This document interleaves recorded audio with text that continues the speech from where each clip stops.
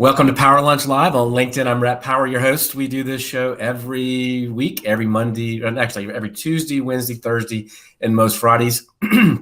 And we do it at 12 noon Eastern Standard Time or thereabouts when the technology gods cooperate. Sorry, we're a little late today, but that's okay. Now, you got to bear with me today. I've got a big old head cold, so if I have to blow my nose or if I have a coughing fit, you're going to have to excuse me today. But the point of the show is to talk to today's thought leaders, best-selling authors, people who are doing amazing work in the world, who've built amazing companies, and people that we can learn from. And that's the whole point of the show, that we can learn from their success, find out what they do that can help us be better at what we do. Now, the fun part about the show is that it can be interactive, and the way that happens is if you ask those questions. So please do that today if you don't mind. So that you can get to the questions that you want answered. Now we do broadcast on Facebook, Twitter, YouTube, and I think Twitch, and also LinkedIn, obviously. So you can ask questions on any of those platforms. If you like the program, give it a like or share, so that your network can benefit from these conversations as well, and we can grow our audience. Now today, I think is a really interesting topic. I've got Barbara Turley. Now, she's an investor, an entrepreneur, and founder and CEO of the Virtual Hub. And it's a business that it was started by accident. And so we'll talk about that a little bit today. But it's become one of the leading companies that recruits, trains, and manages virtual assistants. And I know a lot of us, particularly in this world, in the coaching world and in the content world, creating content out there on social media, have thought about and have maybe even tried hiring a virtual assistant with varying degrees of success. And so I want to get into that and talk about how you do it right, how you hire, and how you ask the right questions, and how you manage somebody in that way. Barbara, welcome to the show. Thanks so much for having me. Very exciting being live streaming on all those platforms at the one time. I'm very impressed. It's interesting. It is a lot of fun. And I think is the new thing. It's the new wave. It's where content development and social's going. And so how did this happen by accident? How did you create the Virtual Hub by accident? Yeah, look, I mean, everyone loves to ask that question. And, it literally, I share this because it wasn't intentional. I didn't set up a massive business plan. I didn't even know anything about the Philippines, to be totally honest. I had left corporate after about 15 years in the whole investment banking world, and had a very, rich and exciting career there, but I always wanted to start my own business. So like a lot of ex-corporates, I started a coaching business. I was doing a lot of business coaching for smaller businesses, smaller, medium businesses. And I noticed that it didn't matter what sort of business I was looking at. At the lower end of town, the sort of small business world, the main challenge they were facing was that if they didn't hire staff, they were going to struggle to grow or to get all the stuff done that you need to do, right? But they weren't making enough money really to hire staff in their own country. So it was this kind of vicious cycle of, well, if I don't hire staff, I'm never going to grow. But if I don't grow, I can't afford to hire staff. So I had a virtual assistant in the Philippines. I had read the 4-Hour Workweek like everyone else. And I just found her online myself. And I just said, do any of your friends need a job? Because I've got clients that need VAs. And I started out just getting help for the clients more so that we could get moving with strategy, and that I could work with them. I could get the task lists off their plate so that we could focus on growth.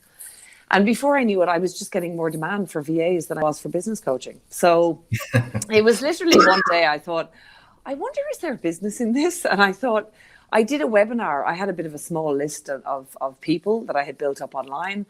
I did a webinar and it sort of just resonated. And the webinar was how to confidently and successfully use VAs to grow your business. And that it seemed to hit the nail on the head. People wanted to know how to do that.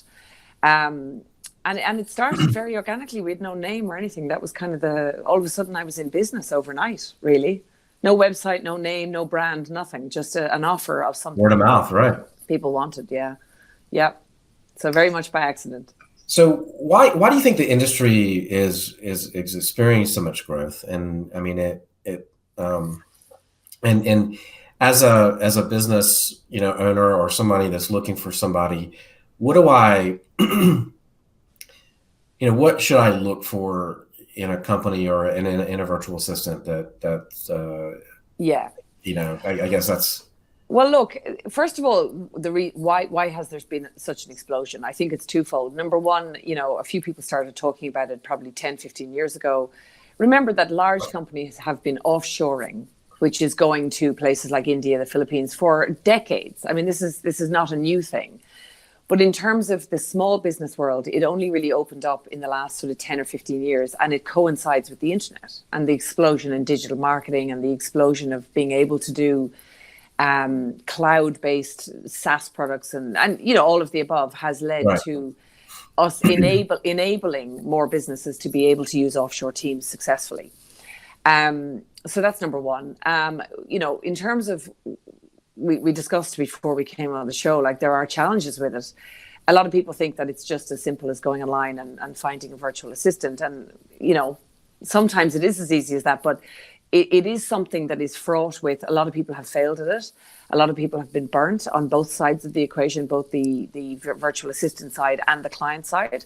Right. And the internet is littered with stories of people saying it doesn't work for my business. I'm sure you've heard this, and people terrified to try again, etc. So, like any new sort of phenomenon that takes over, of course there are going to be teething issues and challenges. And one of the things that I obviously talk about a lot, and I've helped a lot of clients through, is how do you get it right? Like, it's not just as simple as go online and find someone. There's a whole gamut of things that have to go right in order for you to be successful at this.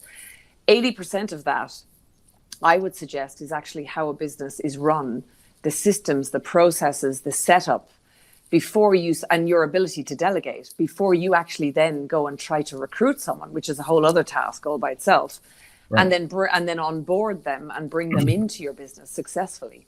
And those are all the things that people forget. It's not just recruiting someone online. There's a lot to it. Yeah. Yeah, no, absolutely. And that goes for any employee, right? Your process is whether that works or not, whenever you bring somebody on, depends a lot on you. Why do you then focus so much on, because one of the things I noticed that I thought was really different about your company is that you spend a lot of time on training and upskilling is probably not a word, but skilling, giving skill and training to the virtual assistants, right? Yeah. And that's different. And why do you focus on it in that way? Yes. So one of the challenges, look, there's lots of people doing what I do, and there's lots of business for it, right? So there's lots of technically competition. I mean, I don't really care about competition because I think I'm from a place of abundance. There's so many people out there looking for what it is that we do. But what I noticed is the churn rates are very high. So I started to ask myself, well, why are people failing at this? Like, why was I able to build a great virtual team and run them and scale a business doing this, but other people seem to fail so miserably at it and blame the VA, right? So this was a major problem. Number one, I felt that clients needed to be trained properly and onboarded properly on how to delegate, and specifically how to do this with virtual Philippines-based teams, which is what I specialize in. But at the same time, the digital world is moving so fast that what you find is the VAs that are out there, they're sort of getting experience by picking up projects here and there. Some of them are very experienced, but there is a shortage of people with genuine, solid training. There's no training for VAs out there, really. There are some programs, but I noticed that sometimes they would say that they're good at something because they'd had a smattering of, a couple of blog posts, or they'd worked for one or two people, but they don't actually know what they're doing. So it's better to come in, and I took the philosophy of, well, how about no matter how much experience they have, they come through our training program, and it serves two purposes for us. Number one, yes, we want to train our people so that we want the market to know that any VAs that come through the virtual hub are all trained the same way, and they're trained in the latest in what's happening in digital marketing and funnels and all the stuff that we're kind of doing. But number two, it also helps us to weed out who's any good. Now, what you find sometimes is people with no experience come out the best because you train them yourself. Right. They've got the right work ethic, the right character, the right enthusiasm, and the right smarts. Skills can be taught. Work ethic can't be taught. And for us, in a month-long or 6-week-long full-time intensive training program, there's nowhere to hide, right? So you discover character flaws, you find work ethic issues, all the stuff that, happens with employees, and you find the best of sometimes a very bad lot. And that's why we do it. So it does serve two purposes. It's not just the training. Yeah, it's a weeding out process. Yeah. Right, and it's for your reputation too, obviously. Yeah. I think that makes a lot of sense. Yeah. And also we do different levels of VAs. So sometimes VAs come in and they say they can be great in interview, but how are they really on the job? So we start to grade them through the weeks of the training, and we can see who's more creative, who's more technical, who's capable of, managing Entreport or HubSpot as a CRM for a client, and who's just not, who's better at admin and calendar management. It's hard to decipher that until we actually get in and look at how they perform. So yeah, that's why we do it. So, I mean, this is often, to me, one of the things I do a lot of coaching, and I hear quite often, I want a virtual assistant. I want somebody to help. And it's often for a small business, medium-sized business. This is the first time they've thought about managing somebody remotely. First time they've thought about offshoring in this way. How do you, what's the conversation you have with them about how this works? And because that's, you got to give them a sort of a sense of confidence too, that it can be helpful for them. Yeah. So the first place that we would go to on our sales calls, they're really discovery calls, because we're trying to discover, is this person, are we a fit for what they need genuinely? And are they a fit for how we do it? Right. So let's talk about the first part of that equation first. Are we a fit for their needs? Well, usually we would say, we're not about, the churn thing in our industry is massive, where people just want to make sales. They just want to get a VA into a business. But what we're looking for is saying, well, our VAs are quite, we train them well. We're all office based. They're all, so all of that stuff is done. But we know the types of environments that they are going to be successful in. So, for example, is the client okay with using project management tools like Asana, Trello? Are they on board with that kind of thing? Are they a systems, process-driven type business? Because our VAs do well in those scenarios. What kind of mindset does the client have? Is the client a kind of I just want to get a VA I can just give them a task list and not speak to them for 2 months, and they're just going to do a rock star job for me, and I don't have to actually do any engagement. So there's all these kinds of things that we're trying to decipher on the initial discovery call to see whether we are a good fit for each other. Because all of those things lead to success, because our metric is not numbers of clients or numbers of VAs. It's how much success, what's the longevity of the relationship, and what's the success rate of that particular client and that particular VA. So that's very important for us. So on our sales calls, we're looking out for that kind of stuff. Yeah. What is, how do you understand what kind of time? So if I need a virtual assistant, and I know I need one in order to handle the growth I'm having in social and content development, all that, how do I determine from my side, from the business side, how many hours I need, or what, that to me seems like a really hard thing to determine, what I actually, breaking down the hours of what I need. Yes. Very common question. And it is quite difficult, because initially everybody thinks they only need 3 hours a week or 5 hours a week, and what you find is, look, I'll be straight up here. We do a minimum of 20 hours a week, because we're sort of in a position of saying, well, there's a number of reasons why we do it that way. But we just feel that, if you're taking it seriously, you're bringing on someone in the Philippines, you should be delegating the majority of your task-based, process-driven, day-to-day operational type stuff out to that VA. And you should be able to get that out successfully, so that you can focus your time and energy on sales, strategy, growth, etc.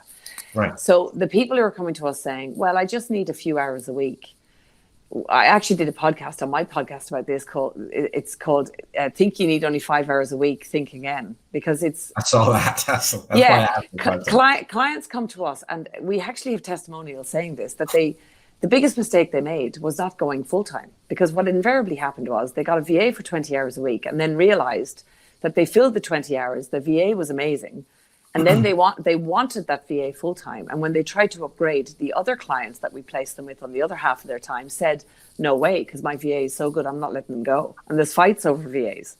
So, so if you delegate, if you're really streamlined with the business and you really think about you want to grow, so it's probably worth making a bit of a commitment in the beginning, because I'll tell you one of the problems that's out there on the freelance market. Nobody's committing to each other. So, you're getting someone for 5 hours a week and they have another 10 clients with the same sort of setup. And it's like dating. I mean, if nobody's committing to each other, then nobody cares, right? So nobody cares what's going on in your life. And people get a VA for 5 hours a week and expect that VA to care about their business like they're a full-time employee with benefits. Right. So, it's just a mindset thing of thinking, well, am I committing to this? And am I doing this for the long haul? Or am I just looking for a few hours a week help that's never really going to grow?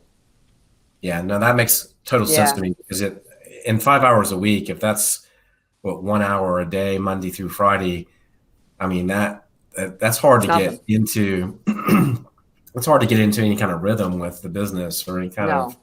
No. I mean, that makes. You'd be better off. I mean, you'd be better off finding a really good VA, and then if you feel that initially you only have 10 hours a week, well, use the other 10 hours to really bring them into your vision and really start to redevelop your processes and work together on redefining how you work and how you delegate. And, but most people are not willing. They're not playing the long game. Most people are just playing the short game, and they just want the quick fix, which is a few hours a week, which is fine in the beginning. It's okay. It's just, I like to sort of get people thinking about it and go, well, is that really a long-term strategy? Probably not.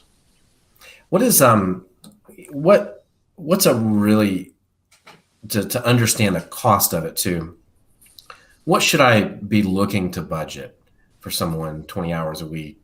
A week? So the reality is that there's a whole range. So for example, you can go direct into the market and find someone yourself. So you can go on to Freelancer or Upwork or any of these places, and you can try to recruit and hire and manage someone, and you can probably get that from, I mean, you can go to sort of $3 or $4 an hour if you want. I mean, it's all about quality too, and you can find somebody for $5 an hour who's really good. Then you might go like someone like us, where you come to an agency, you're paying anywhere from $8 to $12 an hour, but we have full office set up. We pay all their benefits. So we have a lot more, they're an employee, a full employee of ours in the Philippines. So of course you're paying extra, and then we do all the HR management. And if it goes wrong, we just take over for you. We do recruitment, we manage all of that and the training. And then you might go up the curve where you might want a US based virtual assistant. And some people, it's okay to think about that too, because sometimes you might want a Philippines based one and a Western based one for more strategic or more online business manager type, maybe slightly higher end role that's more of a project manager role. And for that, you're paying anywhere from, $30, $40, $50 an hour, right up to $100, maybe $150 an hour. So The range is quite high. What you need to decipher is if you're talking about the lower end, the Philippines, if you have the time and the energy and maybe a bit of expertise in going out and finding your own one online, and you're willing to put the work and the energy into that, of course, that is the cheapest route to go. But coming to an agency like ours, we're going to do all that for you. And trust me, recruitment is hard. Like even for us, the hit rate is so low, it's excruciating. So I sort of say to people, just be realistic that if you're already busy, it might be worth just thinking about paying the extra to hire someone like us to do it. Well, and handling, I mean, again, that it puts a little security in it, right? And and I don't have time or the expertise to teach somebody HubSpot or LinkedIn or I mean. And let's face it, things go wrong. People, sometimes it doesn't have to be a catastrophe, but things happen in the Philippines, like, somebody has to resign because they're from the province. They go back to the province because a family member is ill. This sort of thing happens, right? So, if that happens to you and you've got someone direct, well, their internet could be terrible down there. You might not be able to work with them anymore. With us, we just step in and we do a transition program for free where we help the client to completely transition into a new VA. And the idea is that we take as much of the work off you as possible in a transition like that. So, and we do that as part of our service. That's part of what we do. How do you, are there ways that are been successful, and obviously you've seen what's worked and what hasn't, but what, so like I work on Slack a lot. Is that something you train them on as well? Yeah. Sort of project-based absolutely apps or spreadsheet or ways to sort of communicate? Yes, we're pretty strict about how we don't make clients do it, but we're very anti-email. Email for managing tasks is always, always, always, in my experience, a disaster. I can't explain why, but it's just a disaster. So typically we will take clients on who are using tools like Asana, Trello, Rike, Teamwork PM, using Slack as a communication tool. Slack's more of a communication tool than a project management tool or a task management tool. Right. Google Drive, all these sort of, G Suite, Hangouts, Zoom, all the various tools that are out there that people are using. Typically, we're attracting clients who are into those tools already, so that we don't have to train them on it. But we train all the VAs on them, on how to use them. LastPass for security or 1Password, these sorts of things. So yeah, we like to attract clients who are already on board with those ideas, so that we don't have to do too much heavy lifting on the client side to get them on board with how to do this, because we find the success rates are higher with those clients. And what's the average time, in terms of communication? So would I communicate with somebody daily, or is it a once a week thing, or what do you see as a successful equation there? Yeah, it depends what the VA is doing. So I have team members that I engage with every day. I'm a big fan of the daily huddle concept for any business. I think as a leader of a business, I get on a call with my entire team every single day for 30 minutes. And we all have a segment where we quickly go through the pipelines and the run for the day. Right. But there are other members of the team who I only connect with weekly. The marketing team, for example, we have a weekly huddle. There's a HR huddle once a week where we just run through various issues. So it depends what the role is. But if the role is a virtual assistant who is running, things that are day to day, and they may need your time every day, it is worth just having a non-negotiable 10-minute, very structured catch up where it's not a chat. It's kind of like we get on this call. I run through the thing for the day, and the VA has a chance to run through the questions they need answered for the day, or the roadblocks. Now, clients always shy away from, I'm too busy, I'm this and that. I go, honestly, it's a game changer if you do it. 10 minutes a day. So, but again, if the VA is only working on social media content calendars or weekly type things, then maybe a weekly call is okay, or twice weekly. But you do need to be connecting with them, though. I do think you need to be connecting with them. What's the most common stuff that they're working on? Social media and blog formatting. When we talk about digital marketing, we talk about that's a good question. I mean, I know what my needs are, but what are they working on? Across our VAs, the predominant thing is things like calendar management, email management. On the lower end, it's the admin stuff, is calendar management, email management, sometimes answering the phone, customer support, this kind of stuff. Then in the middle sort of section are the social media, people doing a lot of social media, so or blog formatting. Now, they're not going to write content, but as you know, if you're putting out content, even if it's video or whatever it is, there's a lot of work. There's one thing to get the content, but then there's the distribution of the content and making sure that your content looks good on your website and that it's actually structured properly for, keywords and SEO and all this kind of thing. Social media is a huge time suck, but it's something that kind of has to be done. Repurposing your podcast into Canva images with quotes on them and things like that. That's all VA work, really, and getting it out across social media. And then on the upper end, it's things like we sort of specialize in the CRM platforms. So our VAs are doing things like creating newsletters on Entreport or HubSpot, maybe building workflows or campaigns, but they won't strategize them, but they can build them out, and they might be able to put in some Zapier integrations to make it work with, Calendly or Asana, things like this. So those are our level 3 VAs that are doing that. So some of those are building landing pages and, just integrating stuff across your business. Okay. Well, that's helpful to know what they typically do. Now, just on that, by the way, so for us specifically, I'm talking a lot about the things in digital, not just digital marketing, but, anyone who has a kind of an online presence as part of their business. Of course, there are VAs that do a bit of bookkeeping. There are bookkeepers that are VAs, so we don't do bookkeepers and we don't do accountants and this kind of thing, but there are other companies that do virtual assistants that do this kind of thing. So just to clarify that they can do that sort of stuff as well. And some of them are trained on Xero or, MYOB, things like that. Yeah. And so, okay, so that's interesting, because I know a little bit now more about what I could expect and when I'm looking for someone to help me with my digital stuff. What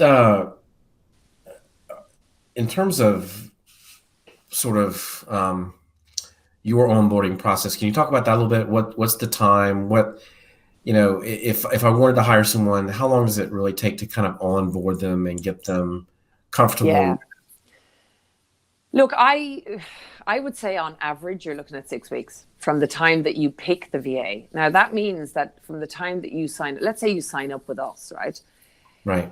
It can take anywhere from 2 weeks to 6 weeks to get a VA even started with you, because it depends on the level. So like, often we get ahead of the curve, and I try and get now supply is an issue, right? So recruiting is very, very difficult. It's the most difficult part of the business that we do. And so I try and get ahead of the demand by having people on the bench. Now, what that means is I have people trained and ready to go. But invariably what ends up happening is I have a load of people trained and ready to go who are on the night shift for the US, or they're on the day shift.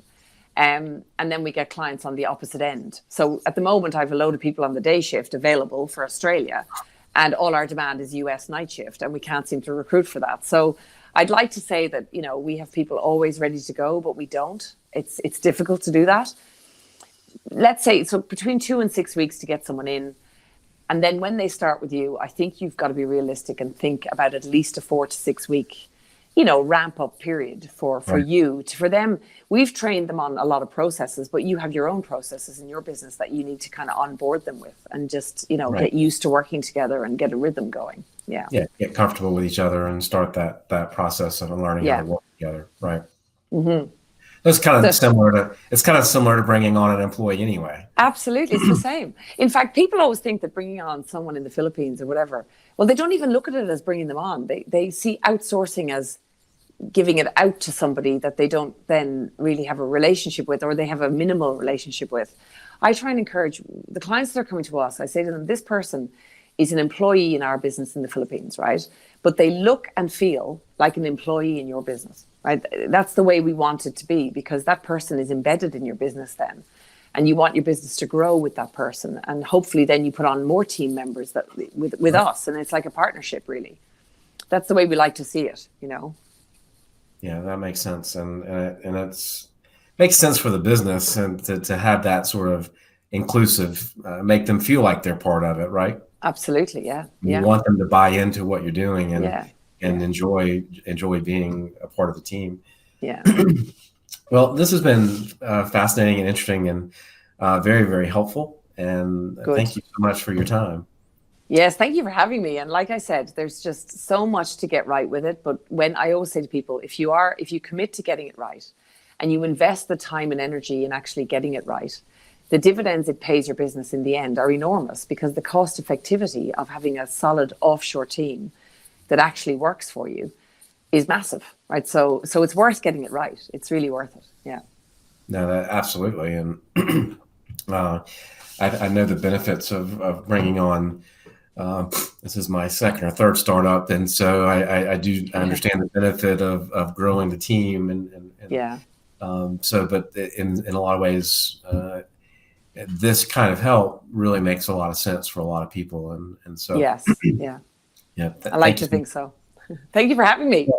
And what we'll do is we'll put a link to the virtual hub on the bottom of this feed, and so that you can find out more about what Barbara does and her company and the work that they do, and maybe they can work with you to help your business grow. And thank you for spending some time with us today here at lunchtime, and wherever you are, whether you're in Ireland like you are today, or whether it's not lunchtime yet there, but probably dinner time. Yeah. But anyway, thank you for spending some time with us today, no matter where you are in the world. And until tomorrow, we do have a Friday program tomorrow. Stay tuned for that. You can go to Power Lunch Live to find the schedule and more information about the show. Until then, have a great day and go out and do good work. Thanks.